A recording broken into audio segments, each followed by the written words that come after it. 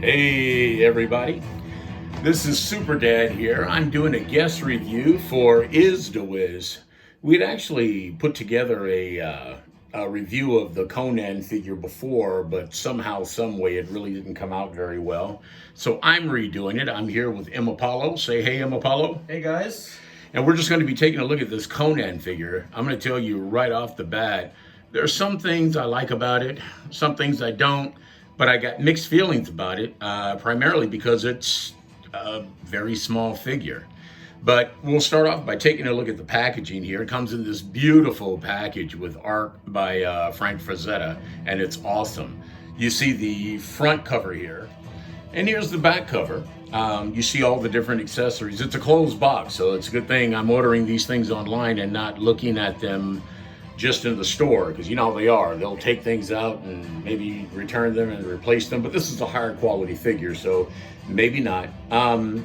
It was almost $90 on pre-order. I understand they're either higher or over $100, but you see some of the accessories it comes with, and we're going to lay the figure out as always so you can get a good up close look at it, and then we'll do some comparisons and some articulation, and you'll get a chance to see the figure.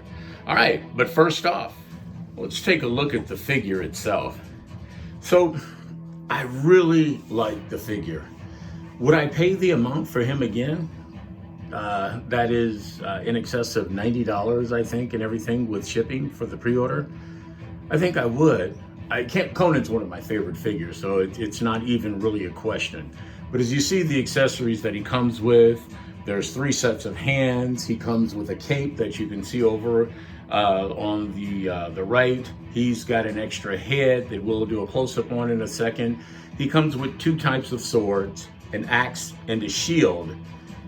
And the quality of the sculpt is like major. Again, the only problem you might say exists is he's just a little small when it comes to size. Now he's supposed to be 6-inch, but he's not really 6-inch compatible. And while I'm not crazy about that, let's take another look at his back. I mean, he's just really well sculpted. You see he comes with a broadsword that connects with a small chain. That's a really nice deal, though I will say it can be quite a hassle to get that chain on attached to the sword. But the figure itself is an awesome figure. But again, here's the problem with the figure. When we look at this figure next to more standardized figures, here you have on the left, we've got the new Fight for Glory figure. And you see Conan, well, there's no better way to say it, he comes up short. On the right, we've got a custom that was put on one of the Masters of the Universe bucks, and it's actually a Conan custom. But as you can see, as we come around, the figures really outsize the Conan figures. And again, he can always be fighting a larger figure, but as you continue to match him up for combat shots or whatever else, you're going to be dealing with that size comparison all the time, which, well, if I could avoid that, I would. Now, the great thing is with the custom, I've got a good stand-in for him for some of the fighting shots, and I know it's different enough that if they're right next to each other, you can see the difference, but maybe not so much in the actual shots. What do you think, M. Apollo? About the size comparison, I feel like maybe, Conan could just pass for a shorter dude. Like, he's not crazy short compared to everybody else. He could just be not, the same height as some of the taller warriors. Yeah. The problem is he's supposed to be pretty much a monster of a man, standing at about 6'2". But when you put it in perspective, people were generally shorter back in the day, and it's like he's from a long time ago. Yeah, I mean, I guess to put it in a perspective that some people could identify more with, let's say that was a Darth Vader figure standing that short. How would you feel about it compared to the other figures? Well, Darth Vader, canonically, we've seen is not a shorter dude. Exactly. So when you look at the Arnold Schwarzenegger cone, actually, that's what he's based upon. And just like you say, I mean, he doesn't look like him, but that's who the movie character is based on. So, for me growing up, Conan is a big dude. You know, that's like saying, well, yeah, Darth Vader can be that small compared to anybody, but you know Darth Vader is a big dude, right? So unless he's a pick, you know, or, you know, short like Wolverine, he's not supposed to be. He's supposed to be a mountain of a man and a, you know, a guy that the women are all attracted to. He still could pass for like 6 feet. It's just, you know, those other figures would be taller. And that's going to be the situation with every setup you do with every other 6-inch figure that's not coming from that particular line. But again, there are advantages to him being, you know, that short. Here we have him with the Super 7 Conan figure. And he's next to the Mythic Legions figure. Don't remember the name of this particular figure. But again, you can see he's rather diminutive in size, or at least I think so. And Apollo thinks that his size is okay. And Apollo? I think that his size is okay. Yeah. So, you know, like I talked about the Darth Vader reference, I don't think Darth Vader would look very good next to stormtroopers if he was in his armor looking that small. Of course, you've got the other Conan, who was probably be more appropriately heightened up, and it would work. You know, Conan should be able to take, you know, 5 or 6 of those Mythic Legion figures with no problem. Here he might be struggling with just the one. But again, kind of going around, you can see the size comparison of them so that you get a better look at how they look and stack up. There's a shot from the back. I mean, I love the sculpt, I really do. I just wish he was a little bigger. And at the price point, it would have been great if he was. Now, having looked at this, there is some advantages, I think, to him being as small as he is. Taking a look at a larger figure like Kratos, you can almost say that it gives you that advantage because Kratos, even though we know him as his own character from the God of War, could in this scenario just be a giant to which Conan has to acquit himself. So here the size difference wouldn't be so bad as long as we could recognize that the figure Kratos would be portraying would be some oversized type mythological creature that Conan would have to overcome. But the bigger kick I get out of this figure is when we compare him to creatures like this Ursa Major figure from the Marvel Legends line, who really seems small compared to some of the other Marvel Legend figures to me. With Conan being a bit more diminutive, he actually looks good. It's like something you might see out of a movie or a comic book, and you look at the werewolf from London figure, that is kind of how I would look. I mean, you want to be able to say that our hero doesn't really stand a chance, you know? So in that, I like the figure as a figure standing alone, because when you put him against other creatures, because those are really fierce looking creatures, you really get a sense that, you know, we don't know if our hero's actually going to end up taking these things down one-on-one, let alone two-on-one. But I like the figure in that respect, that the smaller size makes for some really good setups with like creatures. And it just doesn't have to be like, you know, wilderness beasts. It can be some of our more structured, civilized animal kingdom, or anamorphic figures. Let's just take a look at these. I think you mean anthropomorphic, Super Dad. Ah, anthropomorphic, yes. So if we look at some of the other characters again, the Dino Man, these are customs. They're a little bigger, and again, they probably present more of a threat, or at least a menace to Conan, and it just makes sense that they'd be a little bigger, kind of like the creatures from the John Carter from Mars series. Conan's supposed to be stronger and a little bigger than the average man. So here in this, we get a chance to see him go up against something, and again, believe that, you know, even though the odds might be against him, he is, after all, Conan the Barbarian. Any thoughts, Apollo? Yeah, I think great quality of the figure. I've never been the biggest fan of Conan's design in particular, but he has great accessories on him. I think the sword on him and the sheath and even the chain being actually like metal, pretty cool. The dagger on his waist is pretty cool as well. And I hope that they kind of do, whoever, I think it was Mezco that did this, right? Yes.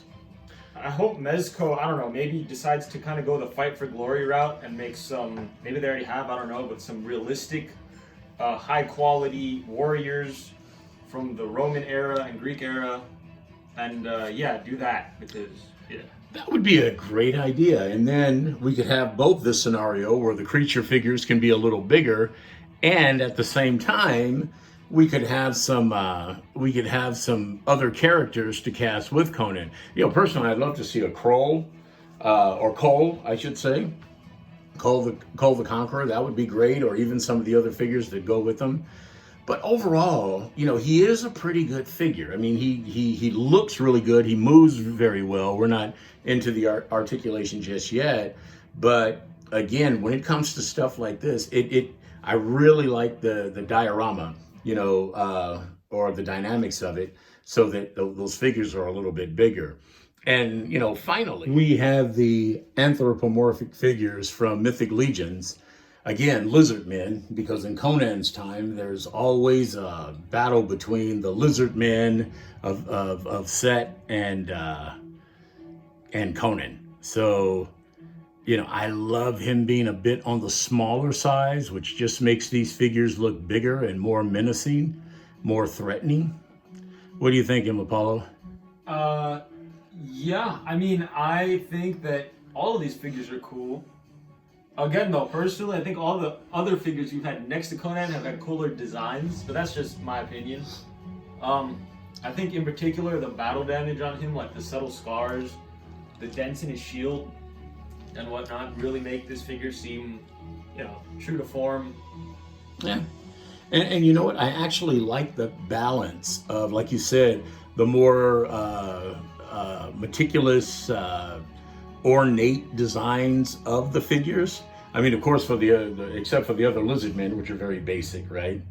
But it kind of offsets it. There's something about the simple brutality of what Conan can be in a more civilized situation, which is why in a lot of the stories, they call upon him to do what others can't do.